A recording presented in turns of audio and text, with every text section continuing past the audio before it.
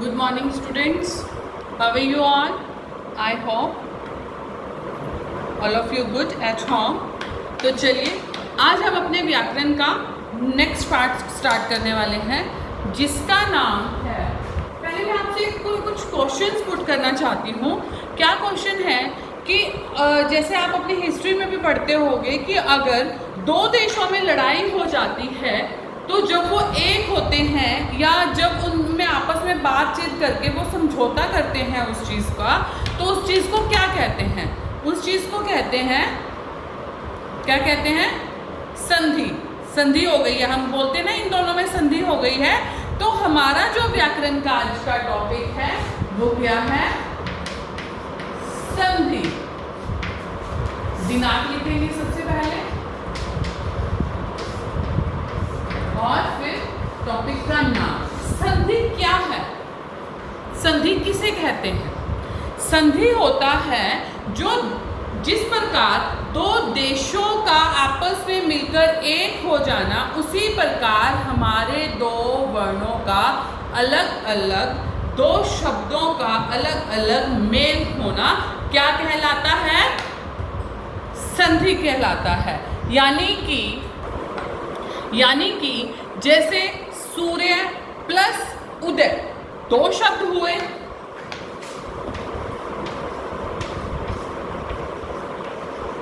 अगर हम इनको जोड़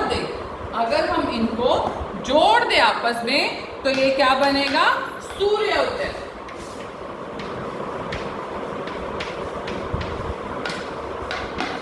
इसका भी अपना अर्थ है, इसका भी अपना अर्थ है और इसका भी अपना अर्थ है। इन सभी का अपना अपना अर्थ है। संधि का अर्थ है दो शब्दों का मेल, यानी कि दो जो सार्थक शब्द हों उनका मेल होकर जो एक नया शब्द बनता है उसे कहते हैं संधि।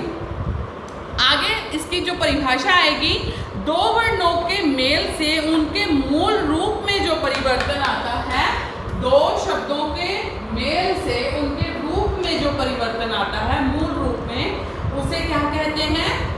संधि कहते हैं। इसको क्या कहते हैं? संधि कहते हैं।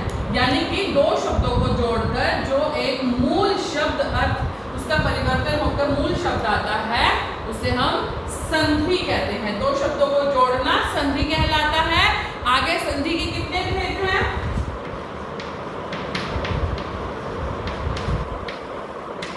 संधि के भेद दो, तीन। तो संधि के कितने भेद हुए? तीन भेद हुए। कौन सी? स्वर संधि, व्यंजन संधि, विसर्ग संधि। अब आपको ये तो समझ आ गया होगा कि स्वर और व्यंजन क्या क्या है। स्वर हमारे पास जो हमारे वर्ण कितने प्रकार के होते हैं?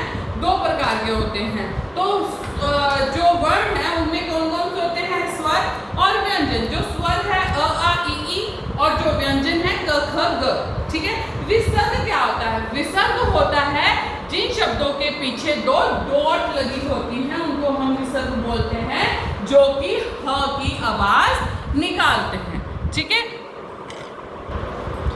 स्वर संधि में होता है जैसे कि जो हमारे स्वर में आ रहे हैं अ आ इ ई की मात्राएं, उसमें हमें जोड़ डालना, यानी कि जैसे आपका सूर्य प्लस उदय, ये हमारे पास क्या है?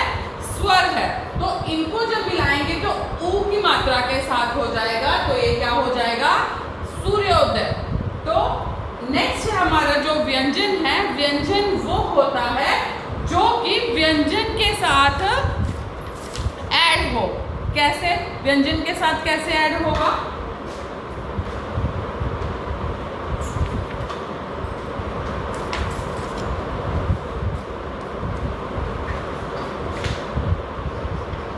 सम प्लस कल, यानी कि इधर भी व्यंजन है और इधर भी व्यंजन है, तो इनको ऐड करके क्या संधि बना? संकल्प। क्या बना? संकल्प। तो ये क्या हुआ? हमारे स्वर वाले और ये व्यंजन वाले, हमें ये पता होना चाहिए कि कौन सी संधि करनी है। वैसे आपको संधि अगर हमसे पूछा जाता है ये जो संधि है, संधि की किसके भेद के अंदर आता है ये शब्द, तो हमें पता होगा जब ये दोनों अलग अलग हैं, यहाँ पर मात्रा है हमारे, ये हमारी मात्राएं हैं यानी कि स्वर, अगर यहाँ पे कोई शब्द होगा तो वो हो गए हमारे व्यंजन। और नेक्स्ट आता है आपका विसर्ग। विसर्ग में आता है आपका कैसे, देखिए नी,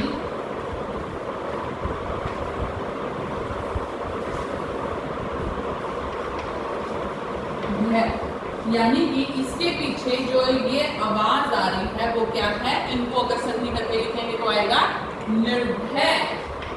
क्या आएगा, जो र ऊपर आता है यानी कि आधे व्यंजन की आवाज आती है उसके साथ हमारे लगते हैं विसर्ग। तो आपको जैसे जैसे एग्जाम्पल्स आप देखोगे, आपकी मैं बुक भेज रही हूँ आपको, उनके पेपर भेज रही हूँ, तो उससे आपको पता चल जाएगा कैसे हमारे स्वर आएंगे, कैसे हमारे व्यंजन आएंगे और कैसे हमारे विसर्ग आएंगे। उसके बाद भी अगर आपको कोई प्रॉब्लम आती है तो आप मेरे से पूछ सकते हो। ठीक है, थैंक यू। एक बात और बेटा, आप सभी आप अपनी बुक में जो आपका पीछे प्रैक्टिस वर्क दिया हुआ है वो भी प्रैक्टिस करके आप अपनी बुक में क्वेश्चन आंसर्स सॉल्व करेंगे। ठीक है, right on your notebook, language notebook only संधि क्या है, संधि किसे कहते हैं, और जो मैं आपको भेज रही हूँ कि कौन कौन से संधि के शब्द लिखने हैं वो आपने अपनी नोटबुक पे राइट डाउन करने हैं। अदरवाइज जो आपका बुक वर्क है आपने अपनी बुक पर ही उसको सॉल्व करना है। ठीक है, थैंक यू।